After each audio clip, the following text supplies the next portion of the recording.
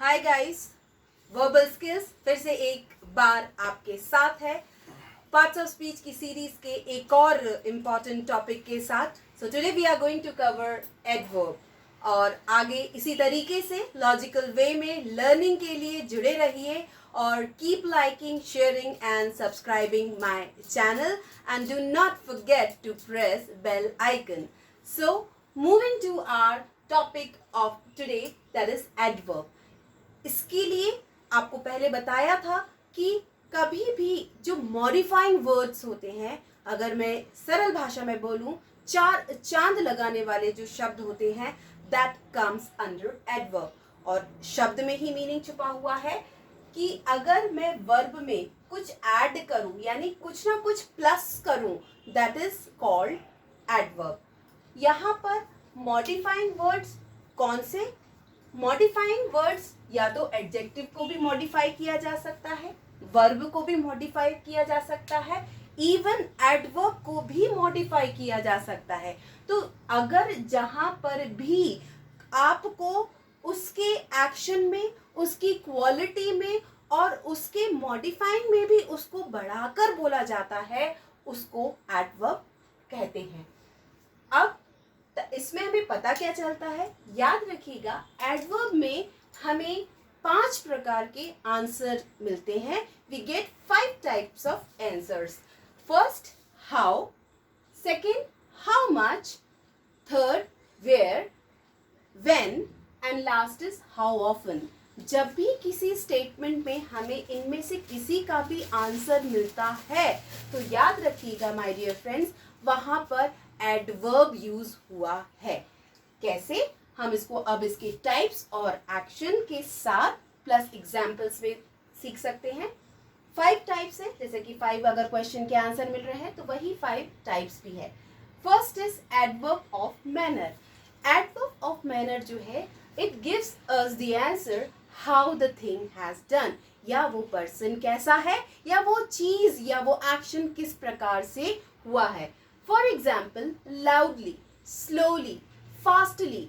तो अगर आपको ये इस एग्जाम्पल में आता ही रैन स्लोली, मतलब वो दौड़ा तो एक्शन तो हुआ मगर स्लोली, तो वहां पर क्या हो गया?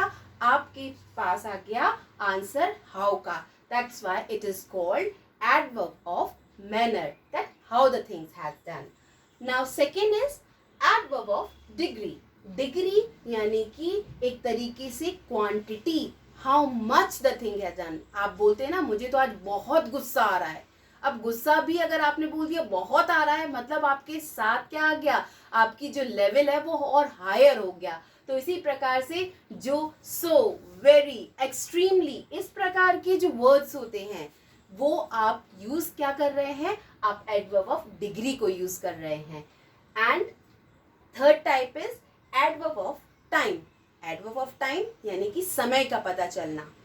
When the thing has done, now, today, yesterday, tomorrow, I will do it now। अगर आपने कहा कि मैं ये अभी करूंगा या अभी करूंगी ये काम, दैट मीन्स आपने उसमें समय निर्धारित कर दिया। You have determined the time in it. तो इस प्रकार के जो सेंटेंसेस होते हैं वो एडवर्ब ऑफ टाइम में आते हैं। फॉर एग्जाम्पल, टुडे, टुमारो और येस्टरडे।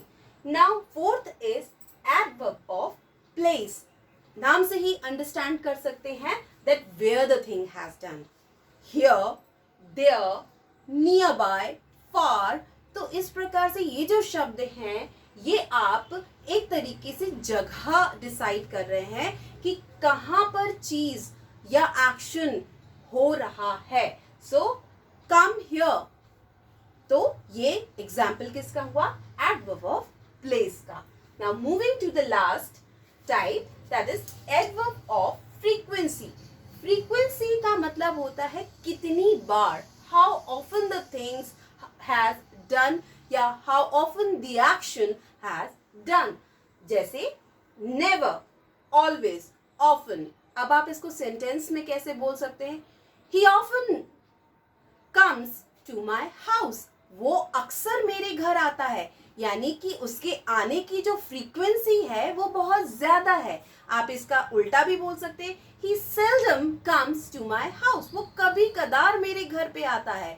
तो जहां पर भी आप ऐसे सेंटेंसेस का, ऐसे वर्ड्स का यूज करते हैं, so my dear friends, we all are using what? Adverb.